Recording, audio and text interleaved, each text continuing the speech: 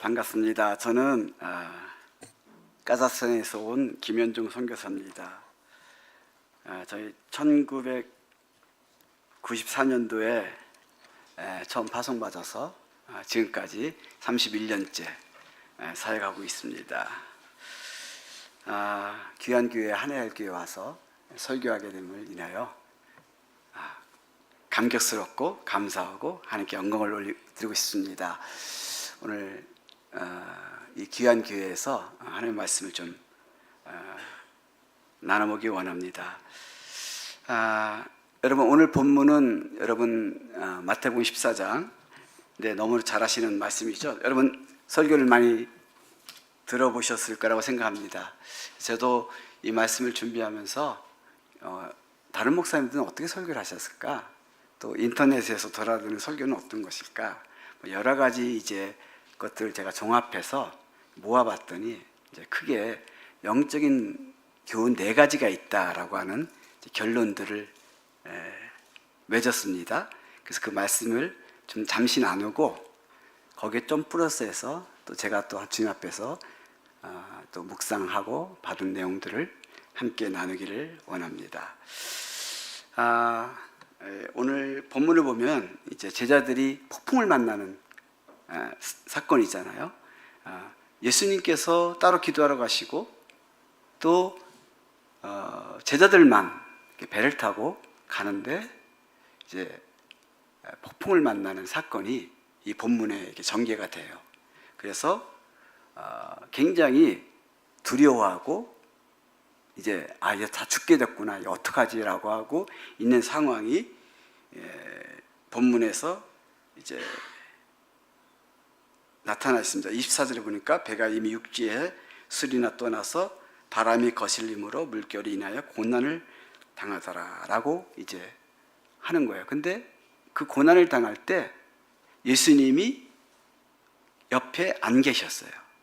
그러니까 더 힘들고 어려운 상황이 이 본문에 펼쳐지는데 그때 제자들은 생각했을 거예요.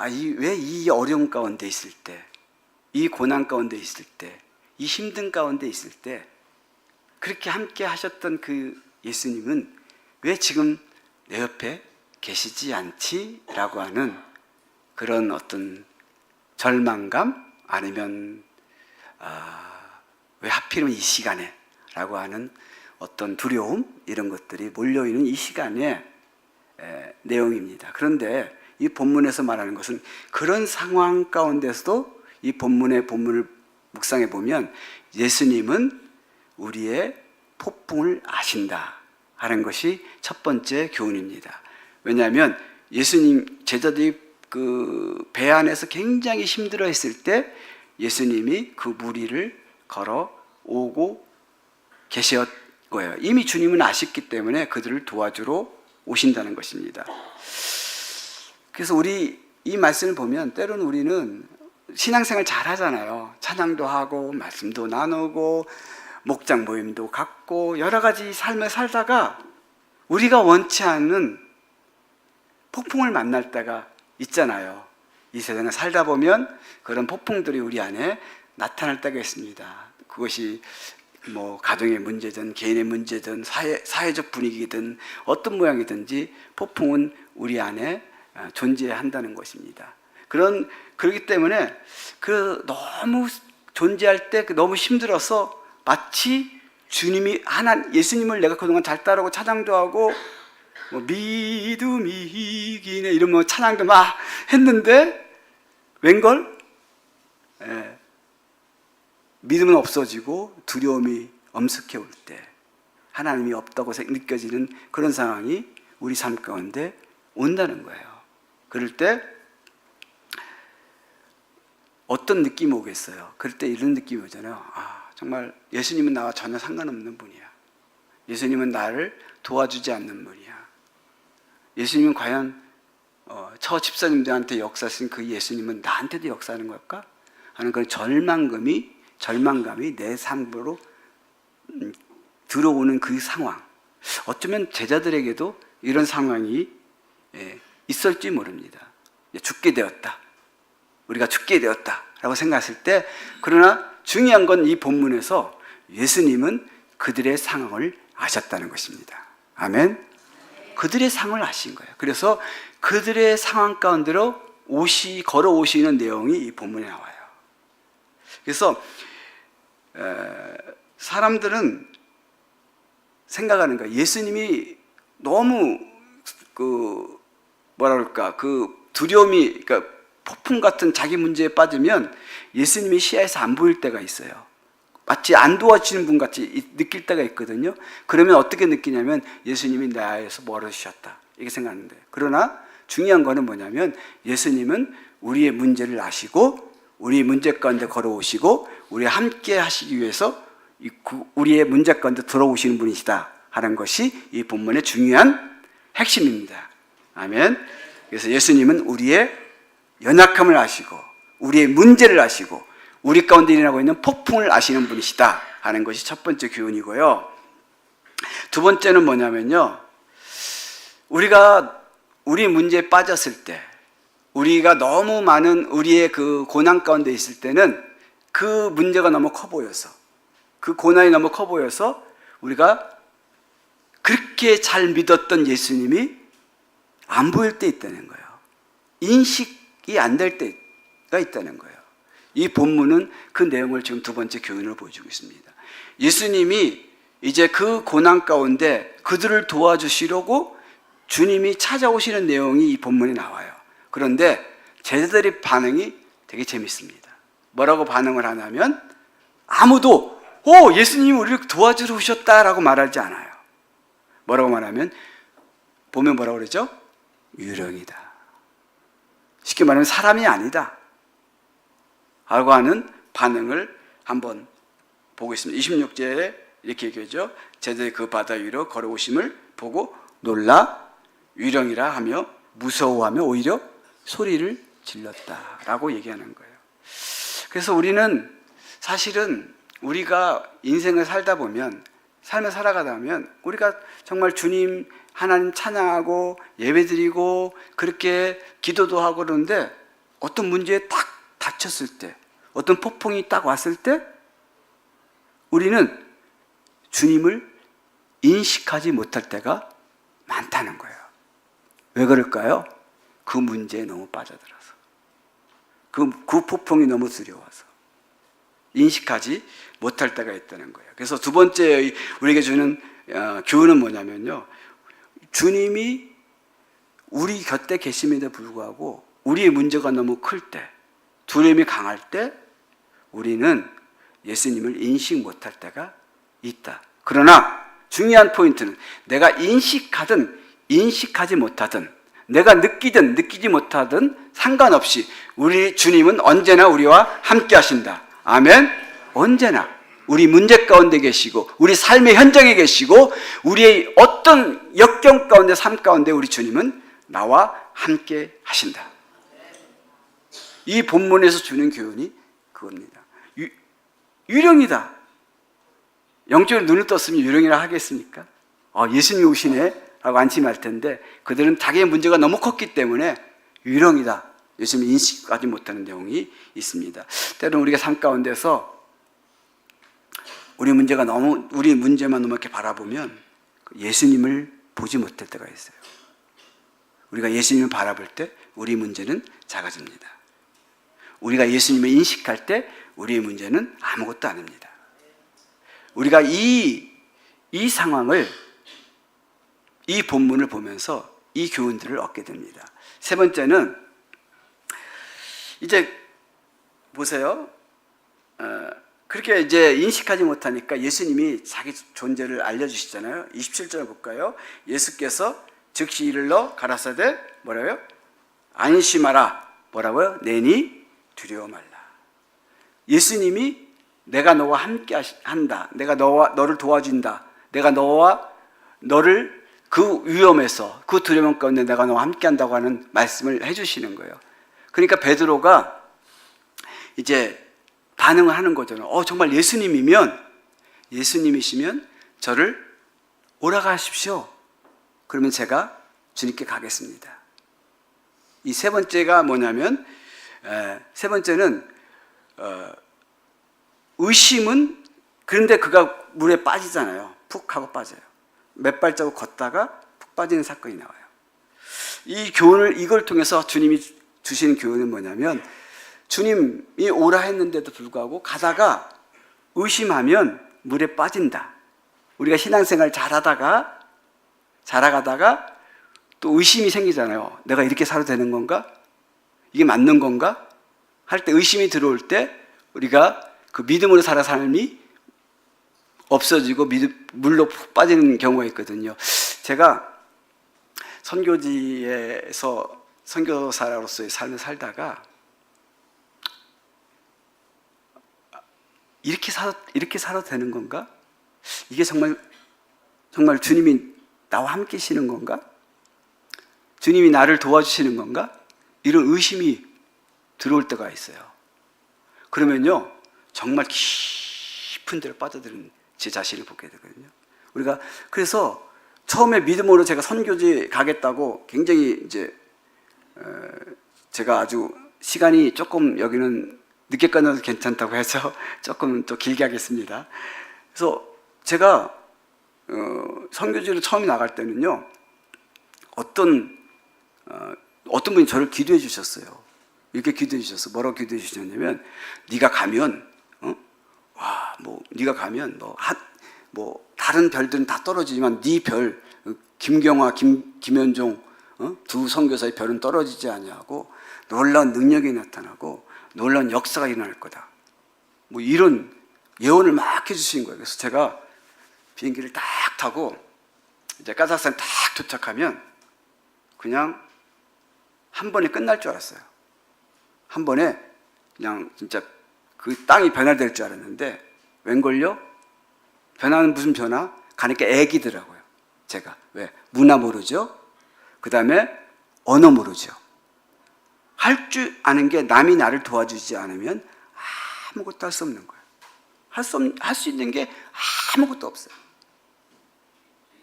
그러니까 제가 할 수 있는 게 아무것도 없으니까 점점 이제 낙담이 되는 거예요. 점점 낙담이 되고 점점 이제 내가 믿음으로 제가 가면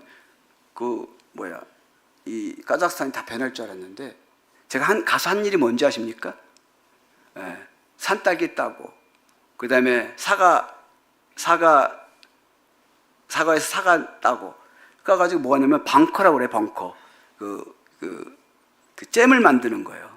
그래서 내가 선교소에 갔는데 잼을 만들고 있는 거야. 잼을. 그러니까 너무 이 절망이 의심이 나한테 오는 거예요. 그러니까 내가 진짜 처음에 믿음으로 선교지를 밟았는데 그 다음에 믿음이 없으니까 점점 물에 빠지는 거예요. 그럼에도 불구하고 그러니까 내가 하나님 주님이 나를 부르셨는가 하는 그런 의심이 저한테 계속 들어가는 거예요. 그럴 때 주님이 저를 이렇게 딱 끄집어내 주시는 거예요. 그래서 이 본문에 주는 교훈 하나가 뭐냐면 불신, 정말 하나님이 나를 부르셨다는 거, 하나님이 나를 택하셨다는 것을 정말 주님이 오라 했는데 그 의심이 생길 때 베드로가 보면은 주님 저를 오라 하시면 제가 가겠습니다라고 얘기하잖아요. 그런데 처음에 믿음으로 그 발을 한 발짝 두 발짝 떨어뜨렸다가 세 번째 빠지는. 그래서 이 본문은 불신은 우리를 바다에 빠뜨릴 수 있다라는 것이 세 번째 교훈이고, 네 번째는요, 예수님은 우리가 향해를 마칠 때까지 함께 하신다 하는 것이 네 번째 교훈이에요.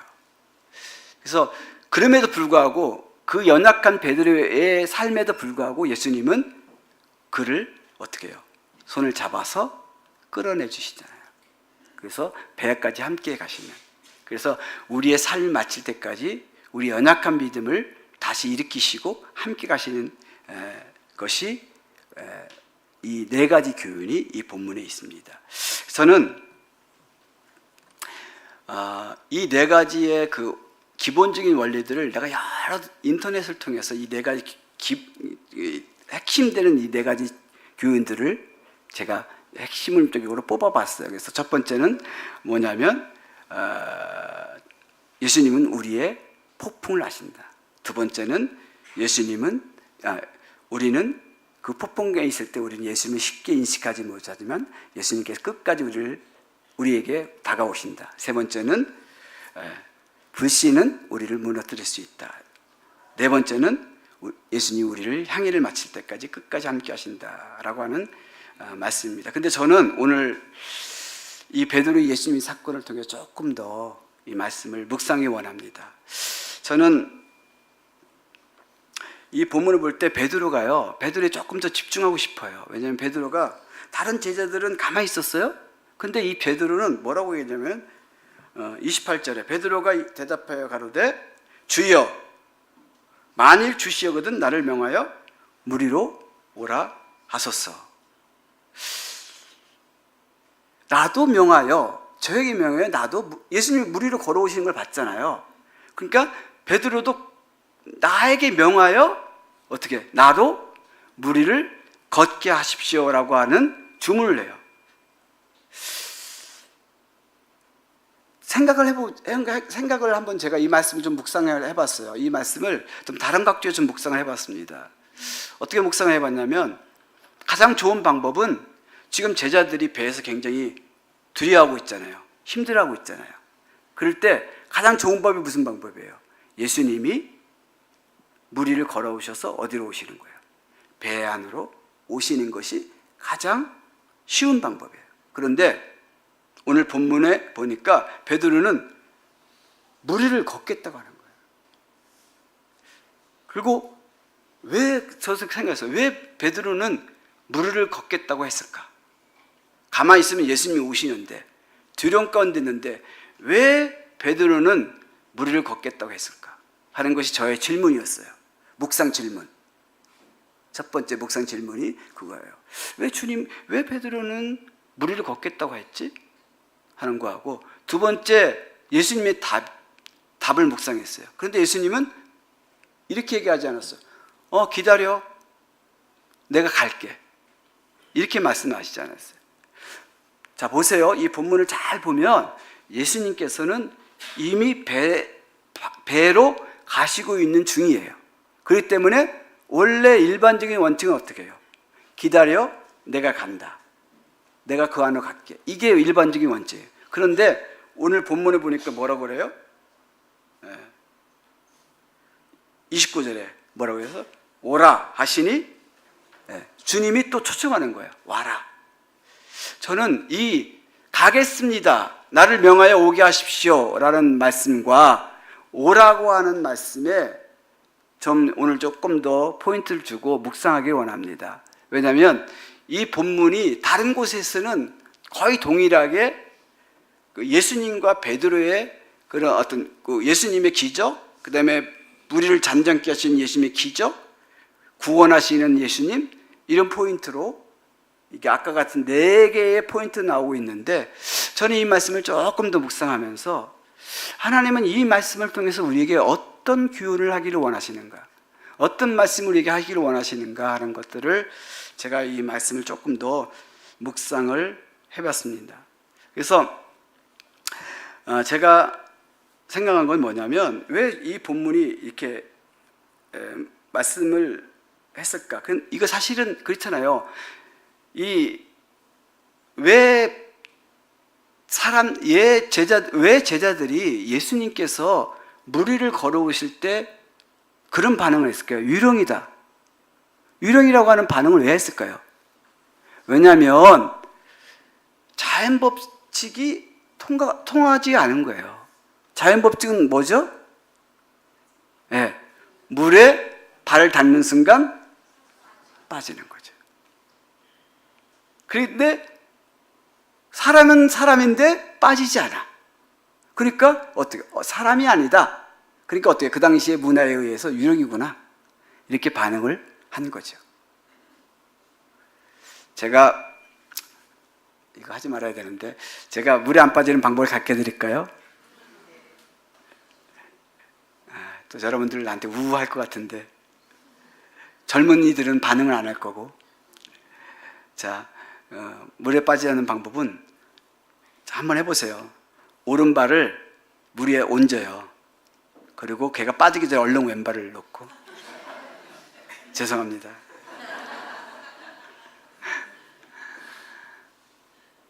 제가 지금 긴장이 돼서 조금 이렇게 좀, 네.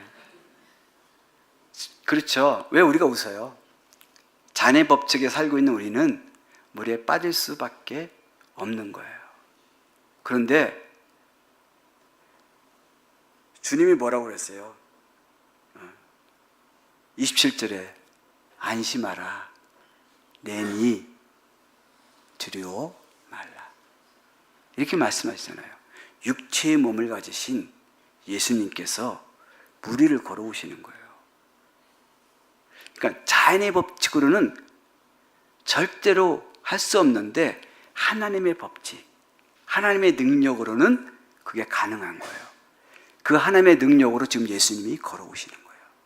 그러니까 이 베드로의 소원은 뭐냐면, 내가 비록 자연의 법칙에 살아가는 사람이지만, 자연의 법칙을 벗어날 수 없는 사람이지만, 하나님이 허락하시면, 아멘, 하나님이 허락하시면 나는 이 살고 있는 자연의 법칙을 떠나서 하나님의 방법, 하나님의 법칙, 하나님의 능력으로 살아갈 수 있는 존재가 될 수 있습니다. 아멘.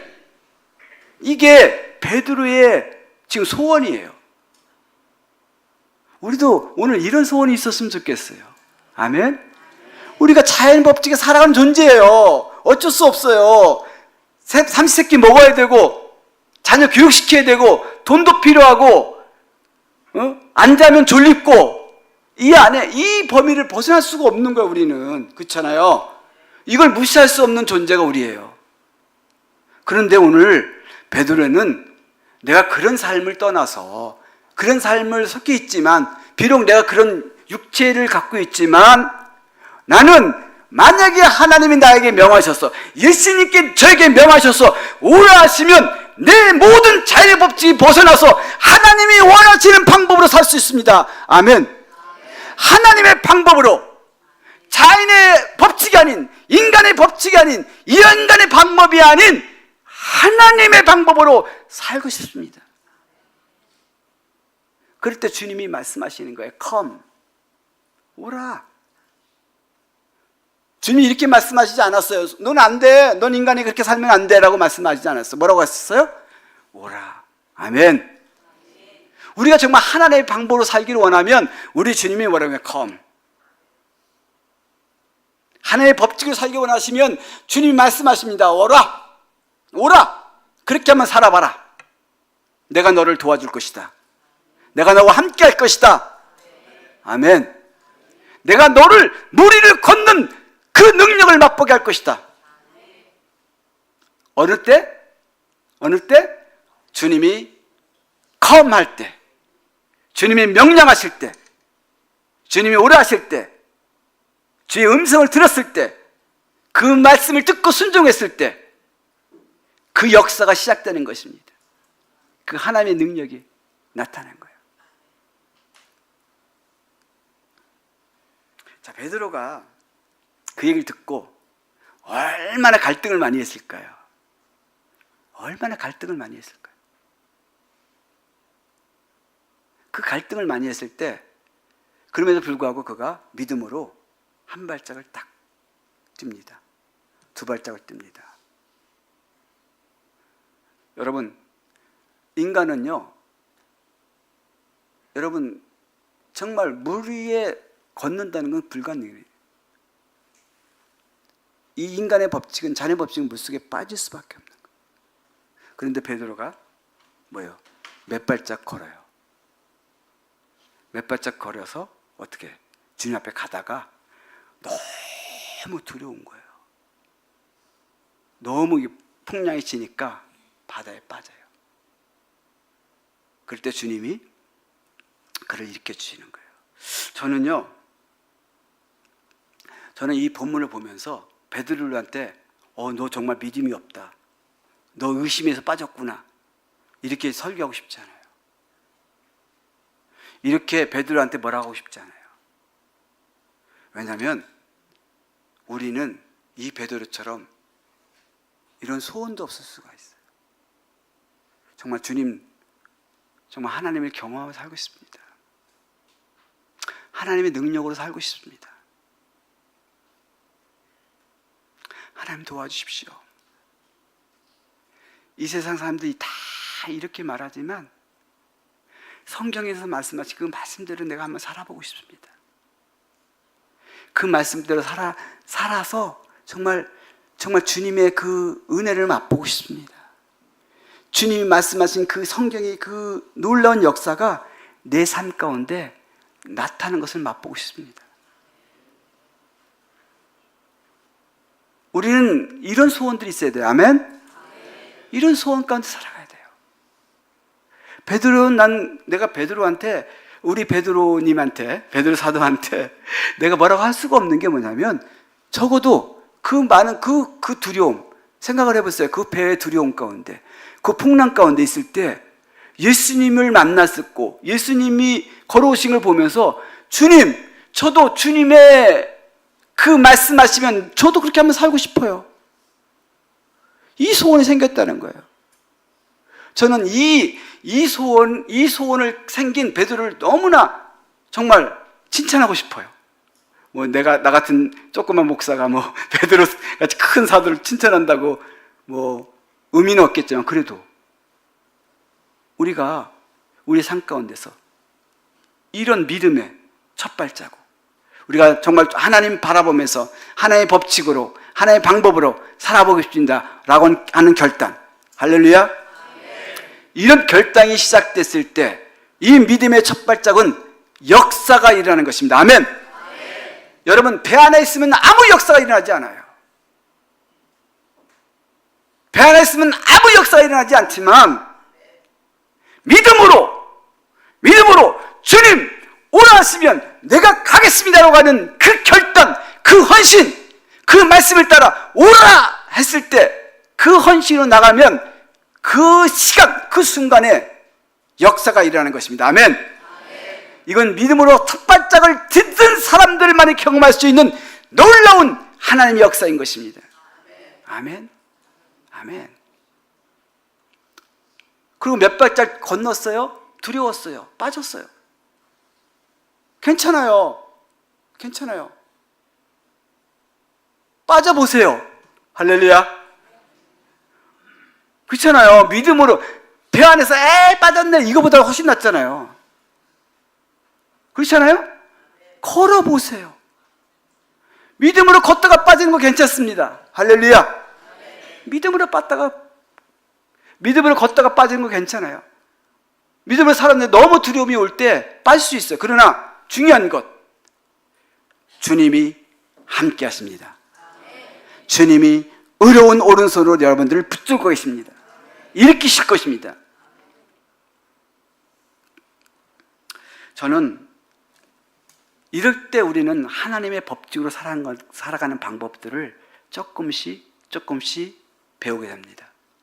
선교라는 것은 어떤 면에서 하나님의 법칙으로 살아가는 사람들인지 모릅니다. 제가,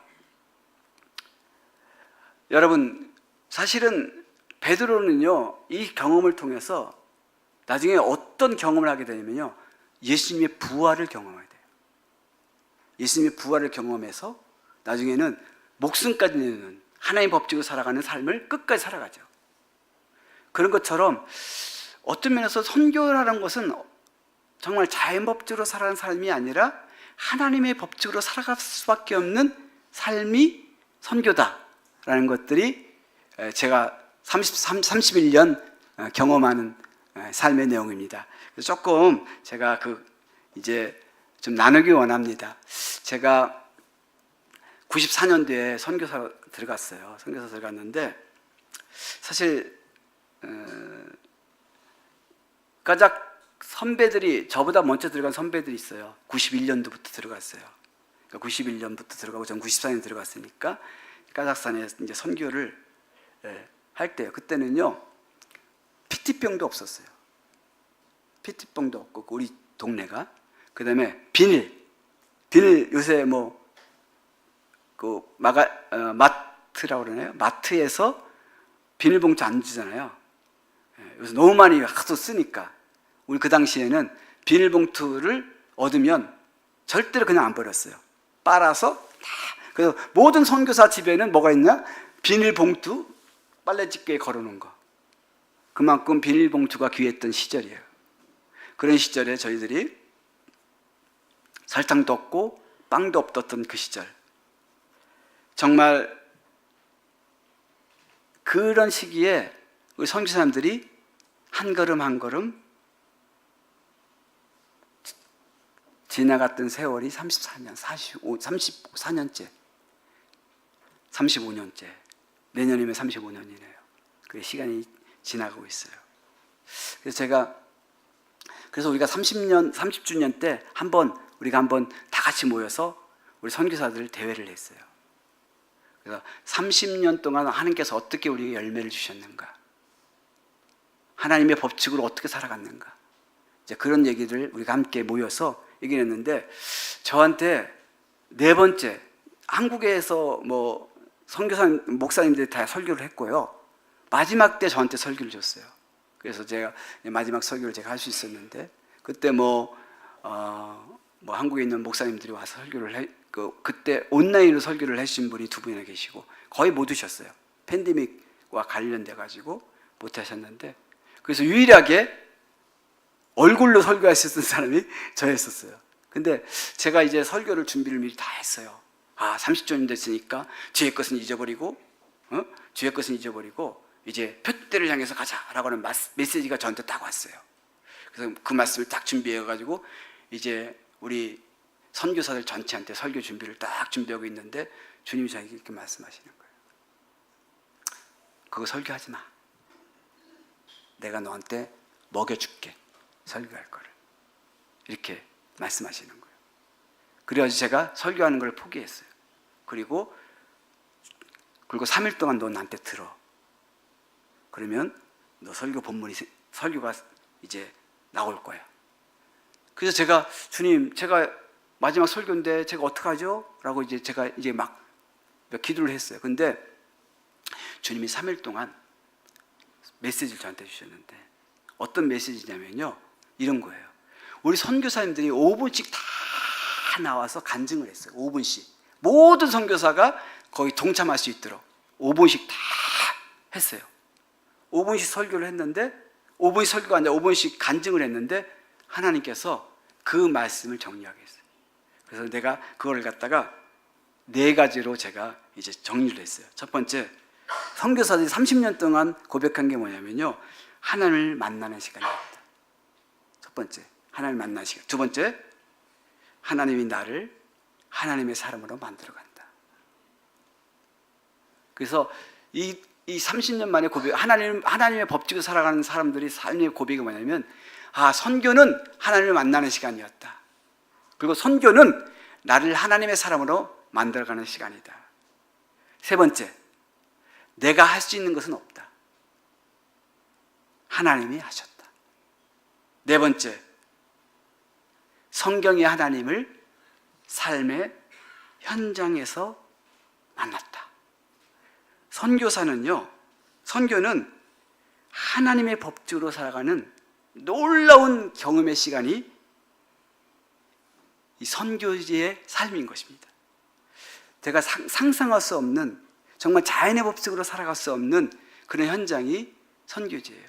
그래서 정말 제가 하나님의 은혜가 아니면, 하나님을 만나지 못하면 살아갈 수 없는 그런 삶의 현장에서 제가 살아가면서 30년 지냈습니다.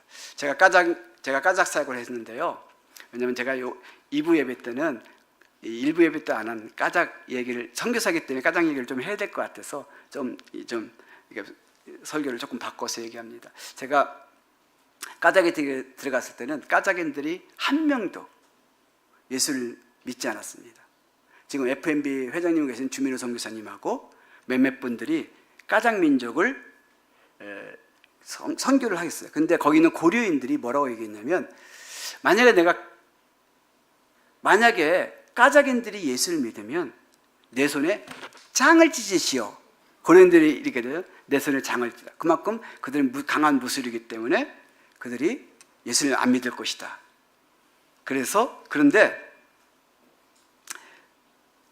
마치 무슬림인 까작인 민족이 예수님을 믿는 것은 예수님이 무리를 걷는 것 같은 기적이에요. 베드로가 물 위를 걷는 것 같은 기적이에요. 근데 주님이 우리를 컴 하시는 거예요.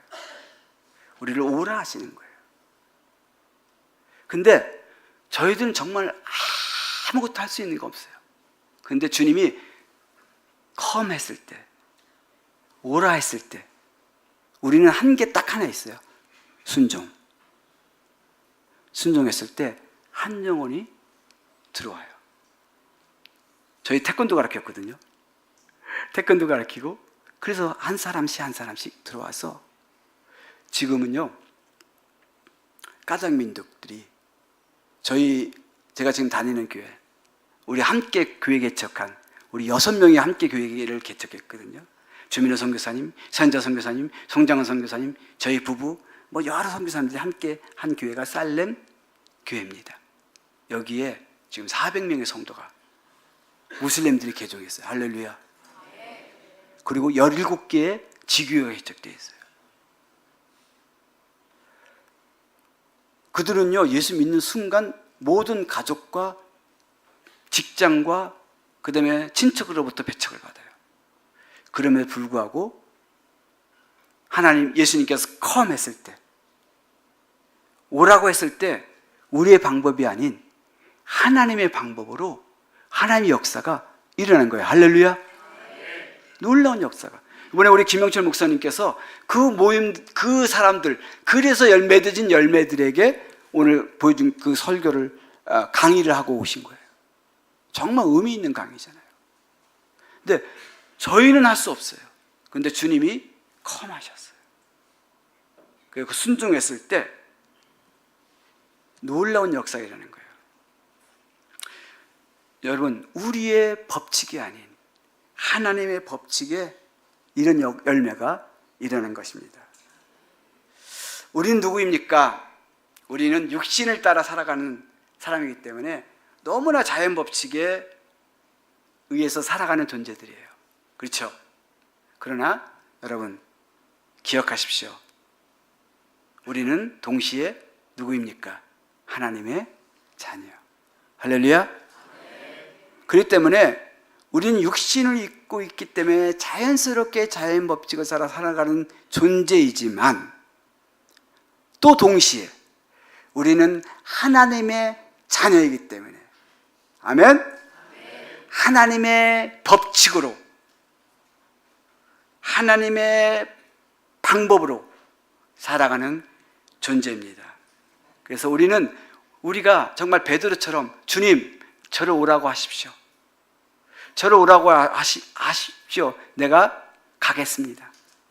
그런 믿음의 결단이 필요해요.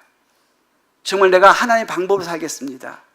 세상의 법칙은 이렇지만 나는 하나님이 원하시면 하나님의 말씀에 따라서 하나님을 경험하면서 하나님이 원하시는 그 방법으로 살겠습니다 하는 고백이 우리 삶 가운데 있어야 될 줄 믿습니다. 아멘.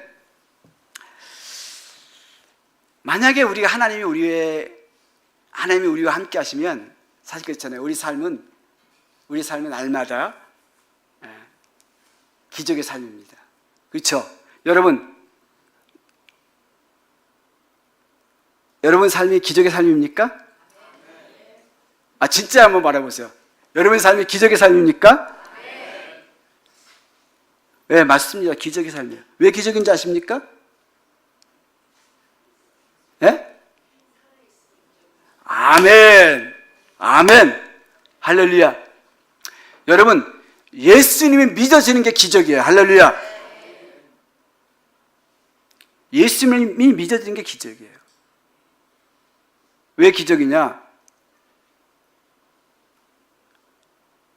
십자가는 비밀이기 때문에 그래요. 십자가는 비밀이에요. 성경에서 말하고 있습니다. 십자가는 비밀이다.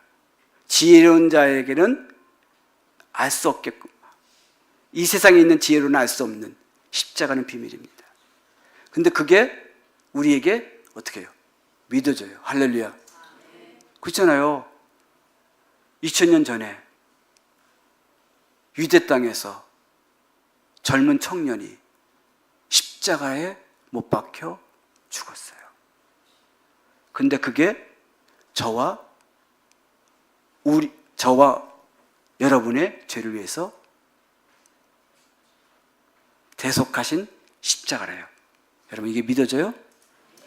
이게 믿어져요? 신기하네. 믿어질 수가 없는 거예요. 성령의 능력으로만 믿어지는 것입니다. 아멘. 우리는 이미 기적의 사람이에요. 아멘. 이 기적을 날마다 맛보며 살아가는 삶입니다. 십자가의 삶이, 십자가의 능력이 이해되고, 섬김의 삶이, 목장에 섬기는 것들이 이해가 되고, 용서의 삶이 일상이 되는 것. 여러분, 이게 기적입니다. 우리가 하나님이 컴했을 때, 예수님이 컴했을 때 우리가 따라가는 삶은 그 삶 자체가 뭐예요? 기적의 삶이에요. 제가 선교사로 순종하며 살아갈 때 이런 역사가 우리 가운데 자연스럽게 나타나고 역사가 일어나는 그 삶이 나타난 것입니다. 제가 이제 좀 말씀을 좀 마치기 원합니다.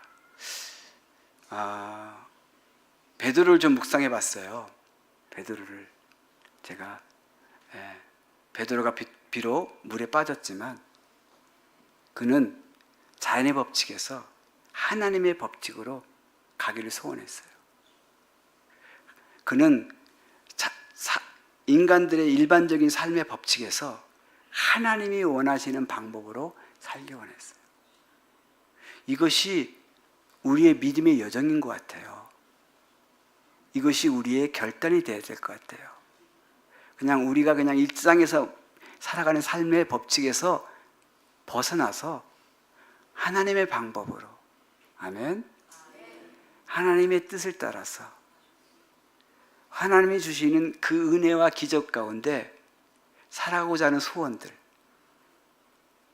주님이 오라 하면 믿음을 순종하는 그런 삶. 그래서 여러분의 인생 가운데서 정말 자연의 법칙을 초월한 그 하나님의 법칙으로 살아가는 것들을 맛보며 살아가는 삶을 계속해서 누리시기를 주의 이름으로 축원드립니다. 아멘. 자, 제가 마지막으로 제가 작년에 MUT 훈련 65세 이상 5년 더 사역을 하려면 이 훈련을 꼭 받아야 돼요. 훈련을 받아야 해서 선교사 연장 교육이라고 하거든요. 제가 아직 65세는 안 됐지만 그래서 훈련을 미리 받았습니다. 근데 거기서 숙제가 있었는데 그 숙제 가운데 금상을 받은 거예요. 우리 선교사들이 다 그렇죠 뭐. 근데 조잡해요. 그렇지만 제 사역을 아주 간단하게 좀 요약한 것이기 때문에 한번 보여드리고 제가 마무리하겠습니다. 한번 보시죠. 김경화 선교사입니다. 저희는 1994년 하나님의 부르심을 받아 카자흐스탄에 들어왔습니다. 첫 사역으로 언어 공부를 하면서 1995년 살렘 교회를 섬겼습니다. 청년들과 함께 삶을 나눴습니다. 지방교회를 함께 개척하고 카자흐 민족이 주님께 돌아오길 기도하였습니다. 1998년 주님께서 저희 부부를 침켄트로 부르셨습니다. 침켄트 임마누엘 교회에서 사역하며 성도들을 섬겼습니다. 공동체는 아름다웠습니다. 섬기고 전도하고 함께 주님을 찬양하였습니다. 교회도 아름답게 건축하고 현지 사역자에게 사역을 이양하였습니다. 헤어짐의 슬픔은 선교사의 당연함이 되었습니다. 1998년 중앙아시아 침례교 신학교가 세워졌습니다.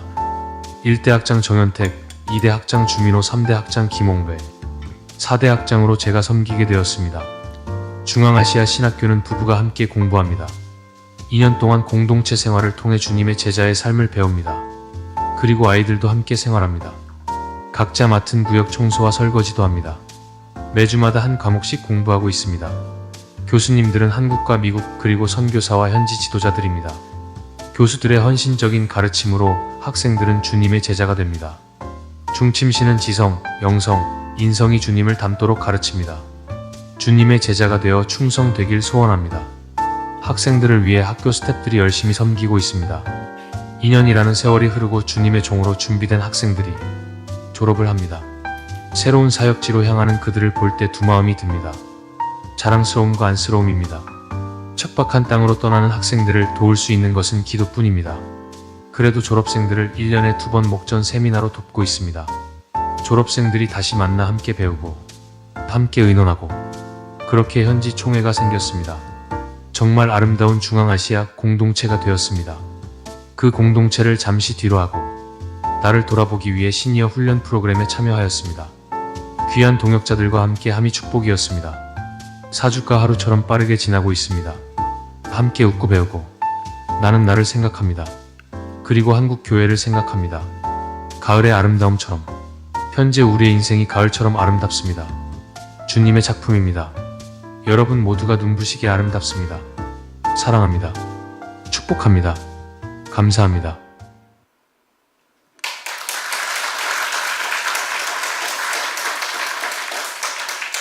(31년을) 짧게 영상으로 만들어 봤는데